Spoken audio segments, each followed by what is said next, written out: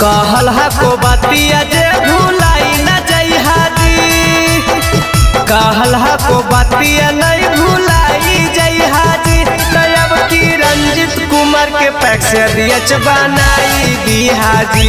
तब की किताब छपर चाची मोहर लगाई दिहा जी।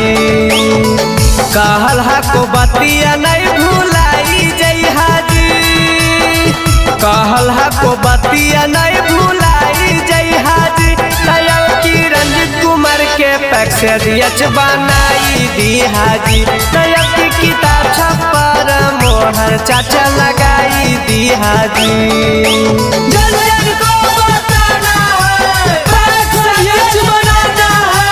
रंजित भैया जिंदाबाद जिंदाबाद जिंदाबाद।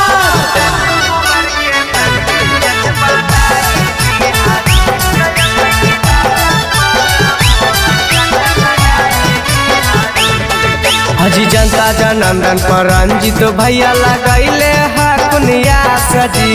गरीब के मसीहा खुन तोड़ खुन नहीं विश्वास जी। ए चाचा जनता जनार्दन पर रंजित भैया लगैले हकुनिया सजी। गरीब के मसीहा खुन तोड़ खुन नहीं विश्वास जी।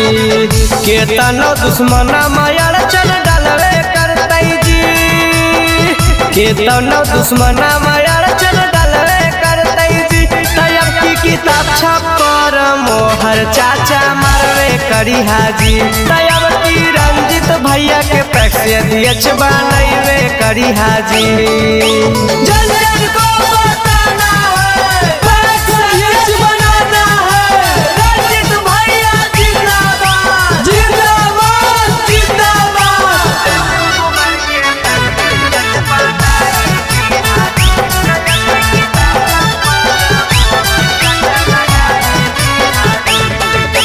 गाँव समाज में मानो हा कैन के भगवान जी।